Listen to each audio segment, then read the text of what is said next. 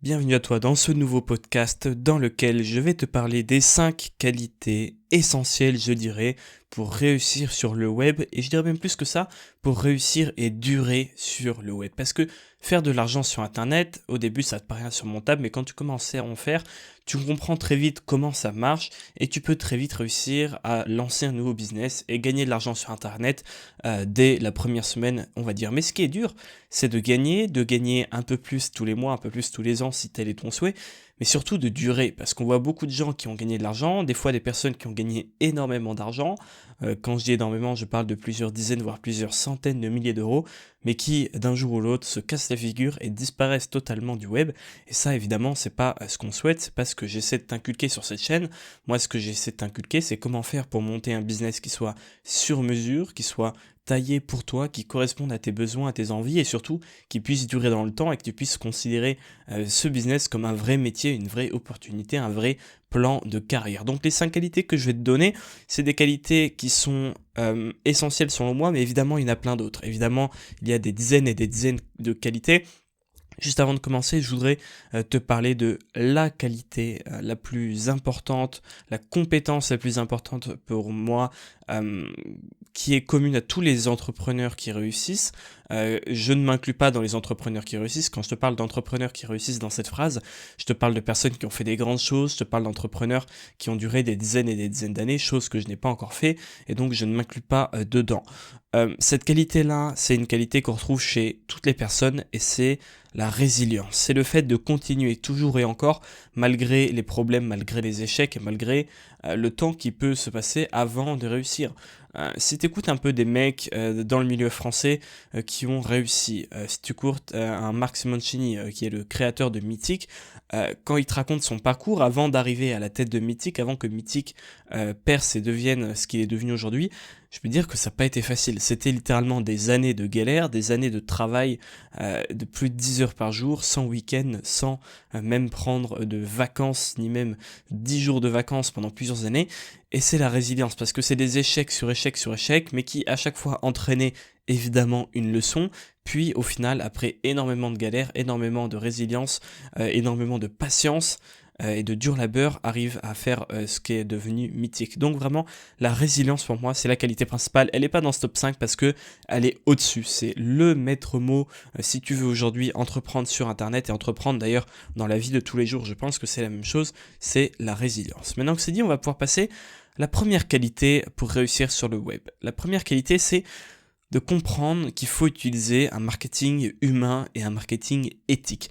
Aujourd'hui, les gens, ils en ont marre du marketing qui pousse à acheter au lieu d'essayer de faire en sorte que ce soit les clients qui soient attirés vers toi. Le marketing qui pousse à acheter, c'est le marketing coup de poing. C'est le marketing que tout le monde voit et c'est le marketing qu'on voit depuis des années sur Internet et qui un petit peu salit l'image des entrepreneurs sur Internet. C'est tous ces mecs qui louent des Ferrari pour te dire que grâce à leur formation à 1000 euros, tu vas pouvoir devenir millionnaire ou plutôt gagner 10 000 euros par mois d'ici 2 mois. Donc c'est tous les vendeurs de rêves. Généralement ces mecs ne font pas long feu et pourtant souvent ils se font encore énormément d'argent.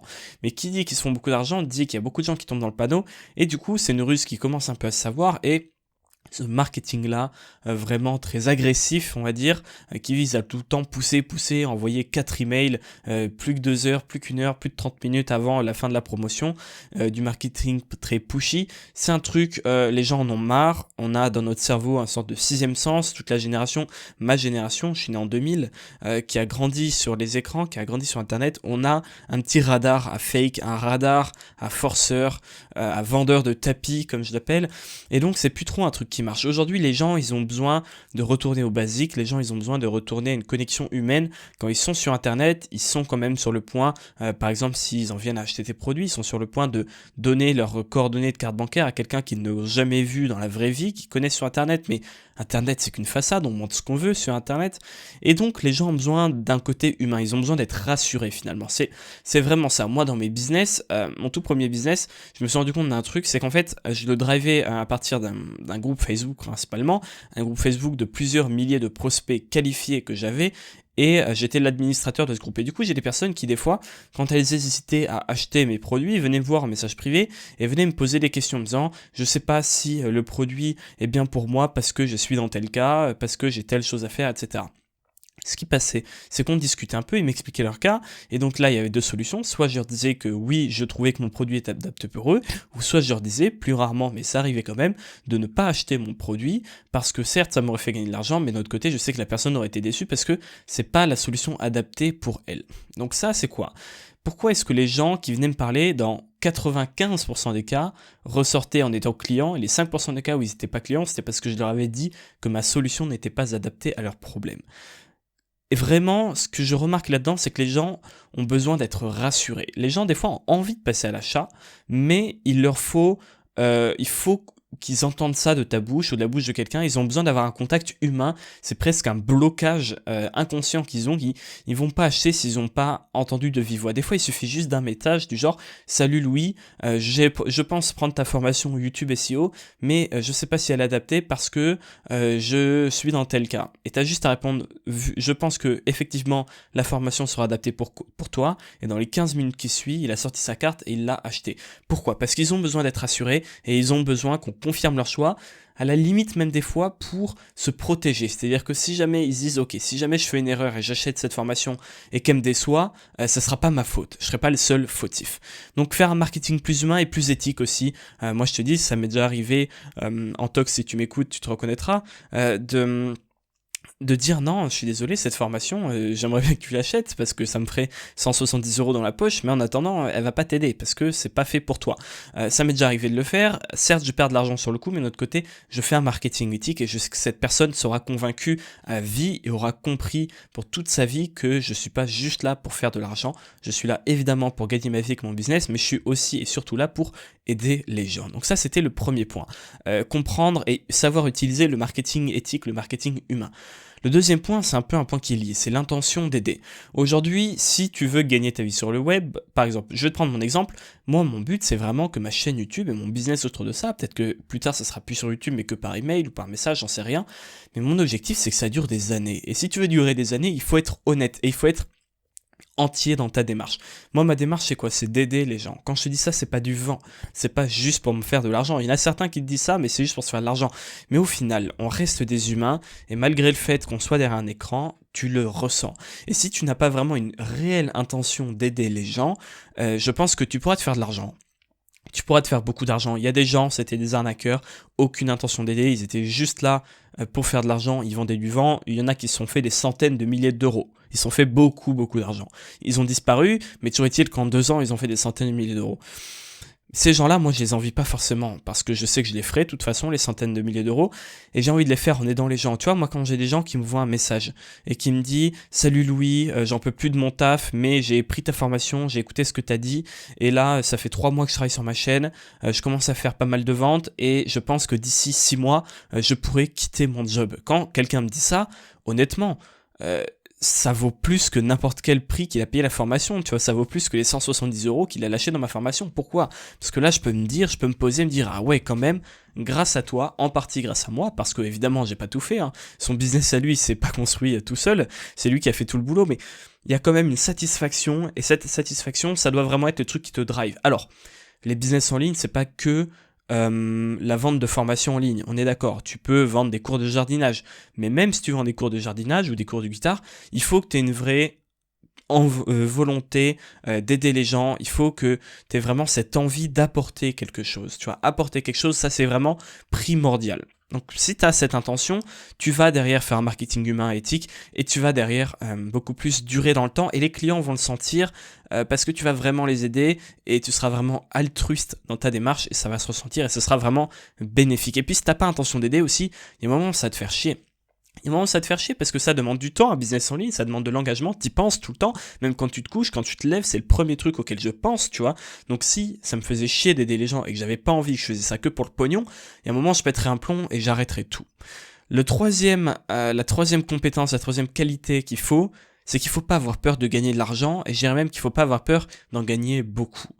Sur le web, il y a un truc, je suis en plein dedans. C'est encore un des trucs sur lesquels je dois progresser, mais on a des blocages mentaux. Le premier blocage quand tu veux gagner de l'argent sur Internet, c'est quoi? Le premier blocage, c'est que tu penses que c'est impossible et insurmontable de gagner de l'argent. Aujourd'hui, avec le recul, je gagne ma vie depuis un moment sur Internet déjà.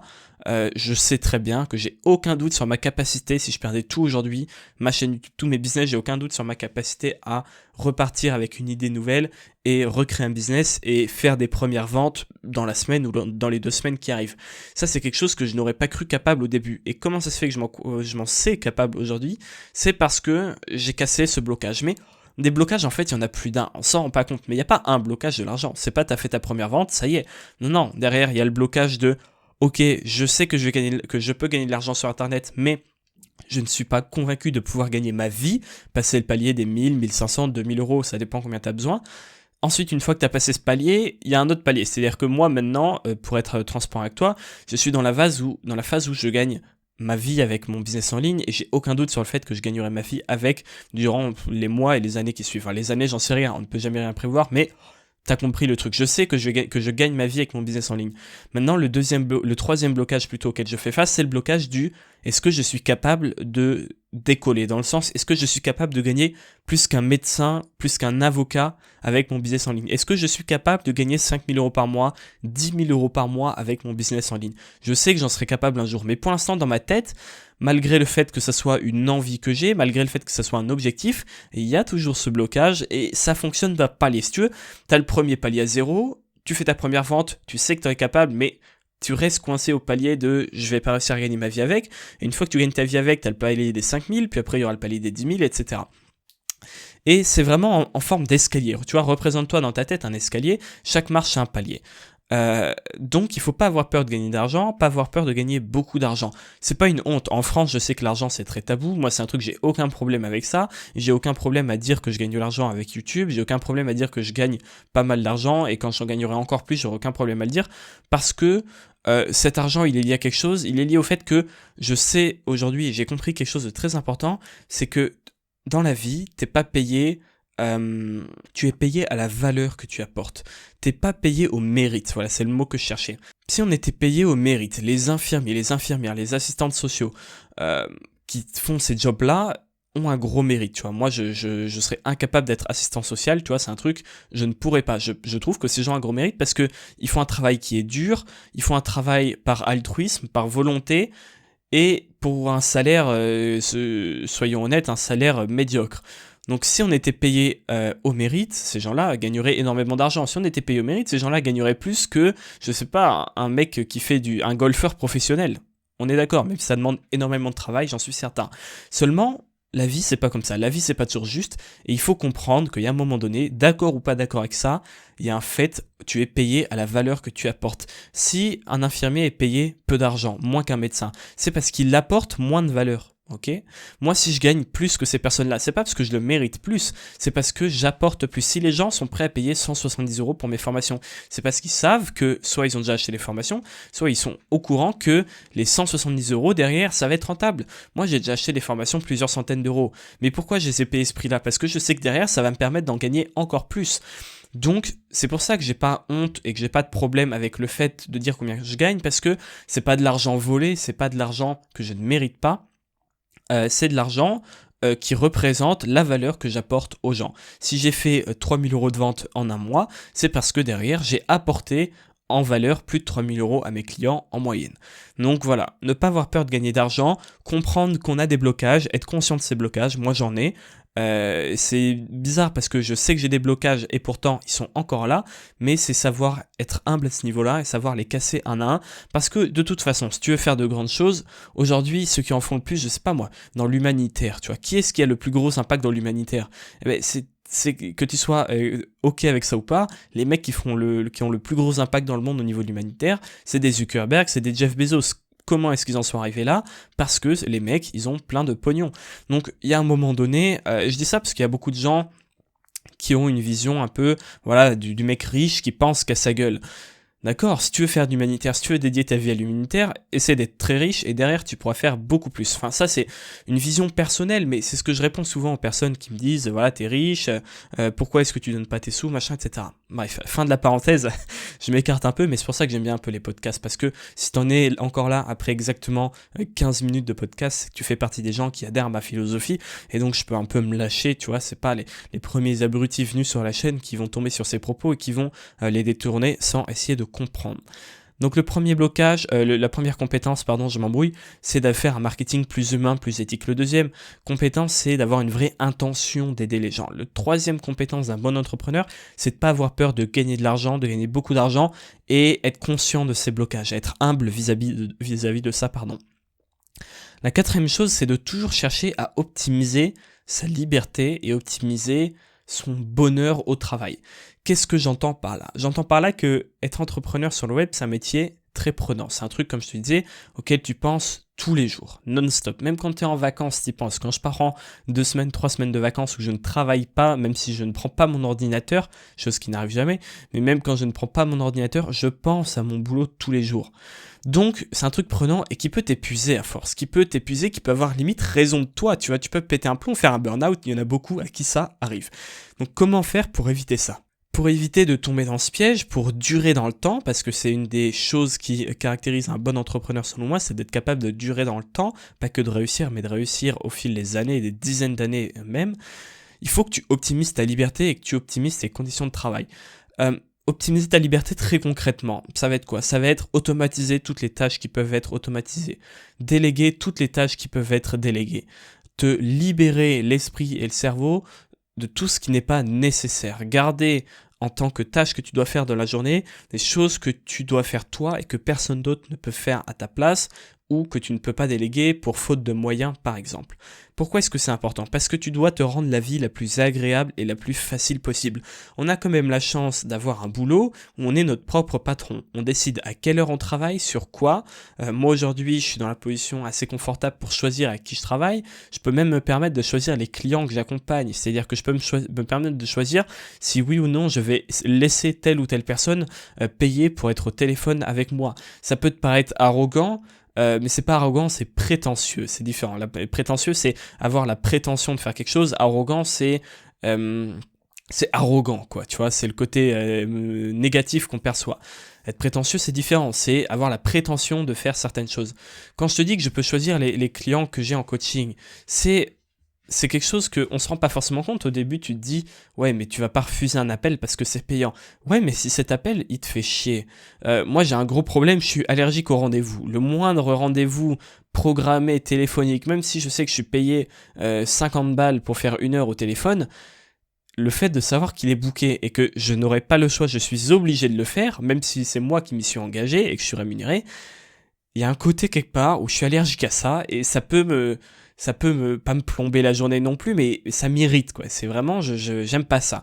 Et donc, pour revenir à ce que je disais, j'ai quand même la chance, et j'espère que ça va être ton cas aussi bientôt, de pouvoir faire partie des gens qui ont un job où on décide tout de A à Z. Donc, autant se faire un nid douillet, autant tout arranger autour de soi pour faire uniquement ce dont on a envie de faire. Tu vois, moi dans mon job, je mets un point d'honneur à faire uniquement les choses dont j'ai envie. Il y a des choses, tu vois, moi on m'a souvent répété, t'es bien mignon Louis, mais tous les métiers que tu feras, peu importe quel métier tu fais plus tard, il y aura toujours des trucs que t'as pas envie de faire. C'est un truc qu'on me disait quand je faisais mes études, je disais ouais mais moi j'adore, j'adore la SVT par exemple, mais j'ai pas envie de faire de la géologie, tu vois. Quand j'étais au lycée, je faisais un bac scientifique et du coup j'avais pris option SVT. J'aimais beaucoup la SVT, mais tout le chapitre sur la géologie, donc l'étude des roches, j'en avais rien à faire. Et à chaque fois mes parents et mes profs me disaient Louis, peu importe le métier que tu feras plus tard, même si tu adores ce métier, il y aura toujours des choses que tu n'aimeras pas faire et que tu seras obligé de faire. Par exemple, de la compta, tu vois. Mais aujourd'hui, moi, la compta, je peux la déléguer si je veux. Et aujourd'hui, c'est un des rares métiers où tu peux littéralement retirer toutes les tâches que tu n'as pas envie de faire. Et c'est un truc que tu dois faire, c'est pas un truc que je te conseille de faire, c'est un truc que tu dois faire. Parce que derrière, si tu élimines tout ce que tu n'as pas envie de faire, tu te lèves le matin, tu es content de taffer, tu taffes sur des trucs que tu as choisis, que tu as sélectionnés. Tu peux durer dans le temps comme ça, tu peux durer des années parce que tu vois, là je suis passé sur WhatsApp il y a quelques temps. Avant, j'avais envie de faire des mails. Et arrivé un matin où j'avais plus envie d'envoyer des mails, ça me faisait chier. Du coup, je me suis dit, ok, je vais faire des trucs WhatsApp. Et j'ai changé. Et j'ai perdu de l'argent parce que je passais de plusieurs centaines de personnes que j'avais sur ma liste email à moins d'une centaine de personnes sur WhatsApp. Évidemment, parce que tout le monde n'a pas WhatsApp. Il fallait que je transitionne. Il y avait plein de blocages techniques pour faire la transition entre les deux. Bref, je te passe les détails. J'ai perdu de l'argent, mais je m'en fiche parce que je n'avais pu envoyer des mails. Donc l'avantage de notre métier, et je dirais que c'est une qualité pour réussir, c'est savoir se faire un nid douillet, savoir éliminer tout ce qui nous énerve, savoir sélectionner ce que tu veux faire et savoir déléguer quand il le faut et quand tu le peux. Et si tu peux pas déléguer, eh ben, tu travailles encore plus pour gagner plus d'argent, parce que l'avantage du business en ligne, c'est que c'est quand même vachement scalable et que passer de 1500 à 2000 euros par mois avec ton business en ligne, c'est beaucoup moins compliqué qu'un salarié être augmenté de 500 euros par mois. Passer de 1500 à 2000 euros par mois sur ton business en ligne, parfois il suffit juste de faire un petit truc en plus, de changer un peu ta méthode, de faire une vidéo YouTube et ça peut passer. Maintenant, la cinquième et dernière qualité et compétence pour être un entrepreneur accompli, je vais te la donner et elle est très intéressante. Mais juste avant ça, je te parlais du groupe WhatsApp. Ça s'appelle le club. Je suppose que si tu me connais, tu connais déjà. J'ai dit 2 fois le mot connaît, c'est pas top, mais c'est pas grave. Le club, c'est une liste de personnes à qui j'envoie tous les jours du contenu sur WhatsApp. Quand je te dis du contenu, c'est des fois des schémas, des fois des vocaux où je partage des conseils comme ça dure quelques minutes. Des fois, c'est un message écrit, des fois, c'est une vidéo que j'ai vu passer qui est intéressant. Bref, je partage un peu des idées et je partage des conseils autour du business en ligne. Et selon moi, c'est primordial d'en faire partie parce que moi, s'il y a vraiment un truc qui m'a aidé, et je me rends compte avec le recul, c'est que baigner dans un milieu au quotidien, ça te permet de comprendre tous les tenants et aboutissants, ça te permet de comprendre comment marchent les choses. Et si tous les jours, tu reçois du contenu autour du business en ligne, eh bien, malgré toi, tu vois, le message que je t'envoie tous les jours, il te demande 2 minutes d'attention, même pas, moins que ça. Et malgré toi, si tous les jours tu fais ça, après 1 mois, 3 mois, 6 mois, eh ben, tu vas avoir des compétences qui seront développées et tu vas vraiment comprendre profondément comment ça marche.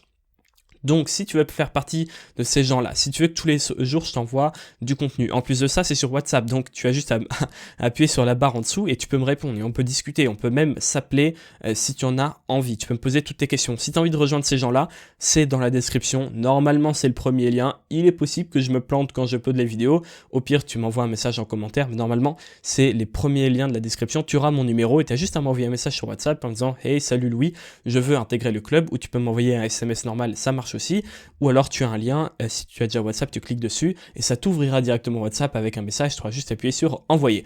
Maintenant que c'est fait, ça c'était pour la promo pour le club, maintenant que c'est fait, qu'est-ce que c'est que cette dernière compétence qui est aussi importante que la toute première que je t'ai citée, à savoir la pugnacité, à savoir la résilience? Cette compétence, c'est l'adaptation permanente. Et ça tombe bien parce que nous qui sommes des hommes avec un grand H, c'est bien un truc qu'on sait faire, c'est s'adapter. L'homme s'adapte à tous les milieux.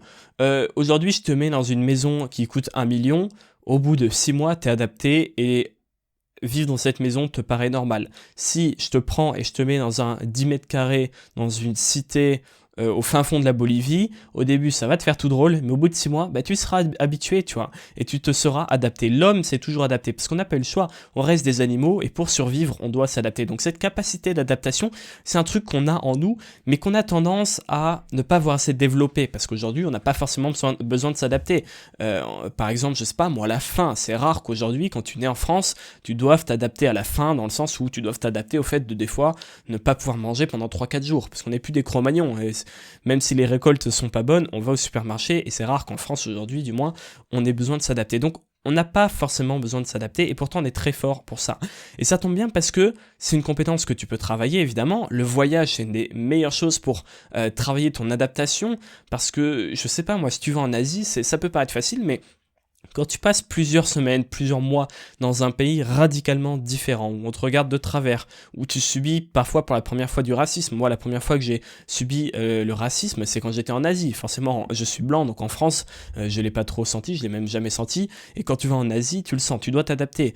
Tu manges des choses différentes, les températures sont différentes, même physiquement, biologiquement. Quand il fait 35 degrés et 28 000% d'humidité, tu dois t'adapter. Quand tu pars vivre à l'étranger, moi en ce moment je suis en Allemagne, au moment où je tourne cet épisode, quand je suis parti vivre en Allemagne, je devais m'adapter, rapprendre une nouvelle langue, tu vois, un truc tout bête. J'ai plein de blagues que je ressors tout le temps quand je suis en soirée. Je suis en Allemagne et je peux pas les sortir en français et tous mes jeux de mots ne marchent plus. Donc je dois m'adapter. Je dois apprendre la langue de manière générale.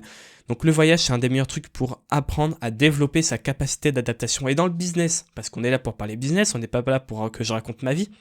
Pourquoi est-ce que c'est important? Parce que sur Internet, s'il y a bien un endroit où les choses bougent très vite, c'est sur Internet.